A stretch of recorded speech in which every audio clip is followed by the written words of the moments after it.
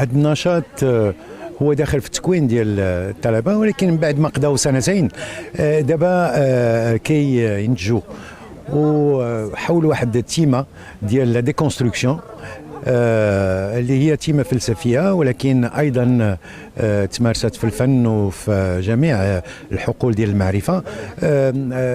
بدعوا واشتغلوا على هذه التيمه وداروا واحد المجموعه ديال الانتاجات فنيه، وهذه الانتاجات الفنيه هي فرديه، انتاجات فنيه اللي كانت جد ناجحه. اليوم درنا واحد التجربه، هذه التجربه هذه ان فيت سي ان اكزرسيس. الاكزرسيس ديالاش سي ان اكزرسيس ريال، c'est-à-dire كيفاش on organise un événement artistique, une exposition en l'occurrence, exposition dialogisme, par les étudiants qui doivent être à la fin de ce cycle des ingénieurs culturels. ولكن درنا فيها واحد الخاصية هي أنهم ils sont présents à tous les stades de l'organisation de cette manifestation, de cette exposition. On a la monstration pour prendre une terminologie contemporaine. Et donc, nos étudiants vont créer des œuvres, ils vont écrire sur les œuvres, ils vont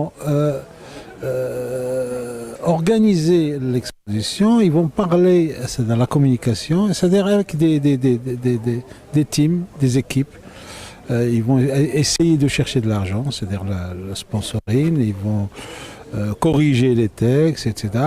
Faire le côté graphique, un catalogue, la banderole, les affiches, etc. Et organiser quelque chose d'annexe, c'est-à-dire une table ronde pour un petit peu densifier la réflexion sur cette exposition qui a pris comme thème la déconstruction. Donc c'est la déconstruction comme élément existant dans le travail des artistes.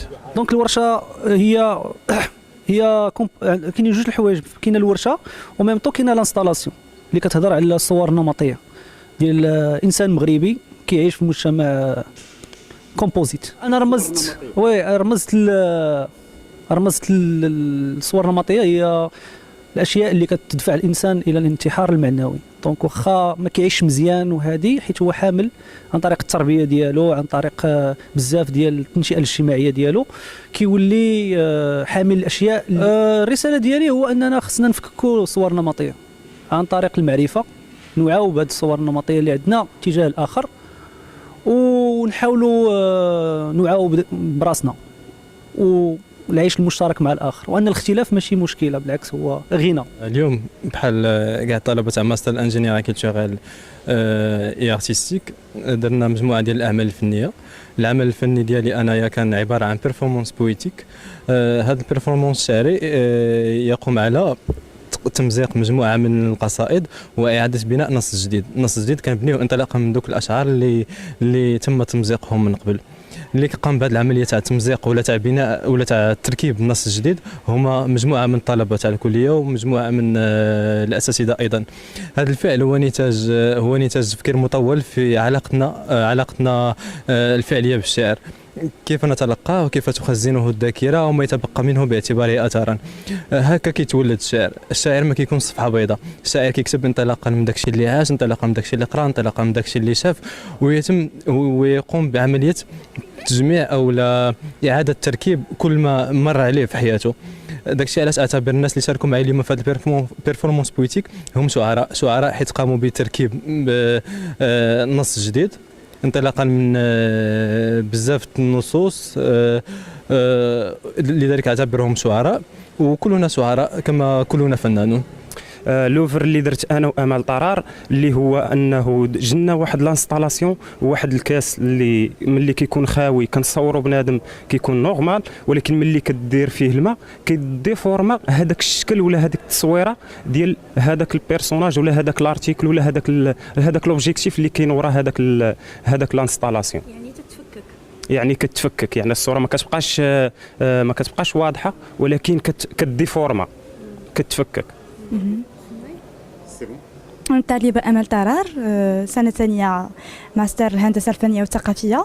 بالنسبة للموضوع اللي تناولناه أنا والفنان حسن نجيح، كناول الموضوع ديال التفكيك بطريقه اللي كنحاولوا اننا نبينوا للمتلقي هو بنفسه كنخليوه يكتشف هذا الموضوع عن طريق استعمال كيسان بحال هكذا ديال الزاج اللي كيبينوا الوجه بشكل جديد، يعني ماشي الشكل العادي او النمطي اللي اعتدينا كنشوفوه في الواقع ديالنا.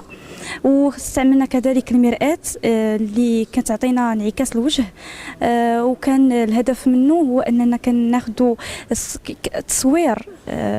تصوير ديال مثلا المقطع من لو كور، صور جديين بحال هكذا لي شوسور اللي هما حقيقيين، ولو غوفلي اللي كيبان في المرايه ديال الوجه ولا ديال اليدين ولا ديال لا بواترين. هنا كيبان لينا باللي نص غيال ونص غوفليتي، يعني كي كومبينيزون ما بينهم، يعني تجميع ما بين الموضوعين بزوج، يعني موضوع الحقيقه والموضوع ديال الانعكاس. وهنا كيف هذه الطريقه اللي بينا بها ولا اللي برهنا بها على التفكيك.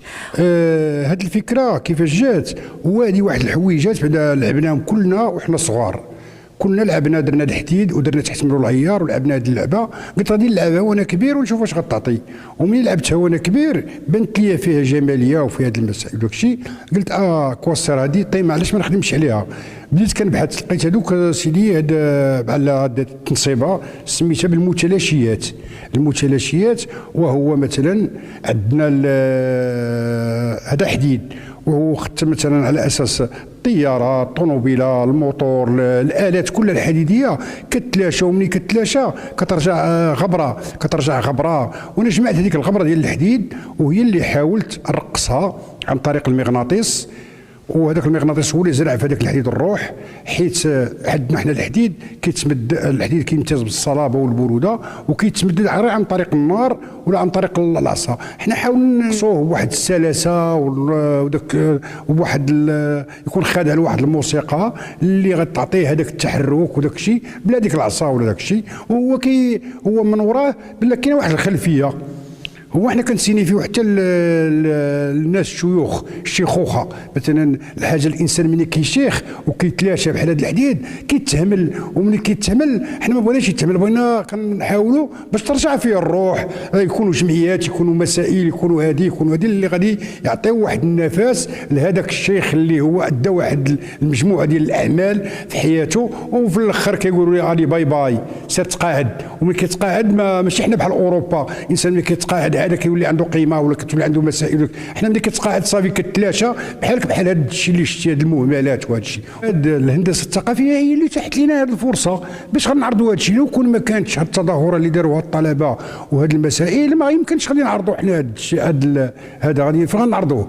الا عندنا حنا هذا المقر هذا فين غنعرضوه. وهذا كنشكر الطلبه ديال اللي جنجي الكوتشيره اللي تاحوا لنا هذه الفرصه، لا هما لا الاساتذه ديالهم. العمل ديالي اللي تنقدم لكم اليوم هو عمل اللي خدمت فيه بالقنب. القنب اللي هي قديمه وغليظه، القنب اللي هي مصوبه بواحد الماده طبيعيه ترجعوا بها الاصاله والمعاصره والحاجه اللي هي تقليديه. وهاد القنب هذه علقت فيها واحد المرايات اللي هما تيبينوا واحد الحلقه ديال الحياه ديال كل شخص في هاد الحياه هذه. والمرايات هما اللي تيعطيو لنا الصوره ديال المجتمع اللي تنعكسوها حنايا. وتتكون في الطرف الاول تيكون المرايات تيعكسوا لنا الصوره. من بعد الانسان ما تيحش براسو مرتاح في هذاك الشيء اللي هو فيه، في هذاك الحلقه اللي هو فيها تيجيو افكار، تيوليو عنده اهداف، تيولي باغي يحقق الذات ديالو، ولكن تيلقى عراقيل اللي هي تتمثل في هذيك الشبكه. هذيك الشبكه اللي هي تفكات تمثل العراقيل اللي تيلقاهم كل شخص في هذه الحياه، وتتحبس انه يوصل للطموحات ديالو الاهداف ديالو. ومن بعد علقت المرايات اللي هما تيمثلوا من بعد ملي تجي دوك الاهداف في الفكر ديال الانسان. المرايات تتمثل هذاك التفكيك اللي تيطرا في الداخل ديال الانسان، تيولي فيه صراع داخلي. واستعملت انا واحد التقنيه هنايا باش درت المرايات اللي هما معلقين في الطرف الاخير، تقنيه ديال كينتسوغي، وهي تقنيه تيستعملوها اليابانيين باش تيرموا بها الابداع ديالهم. الابداع ديالهم تيكون الثمن ديالو باهظ، ومني تيتكسر يعني هو ملي تيتفكك تيعاود يديروا ليه الترميم ديالو بواحد الغبره ديال الذهب.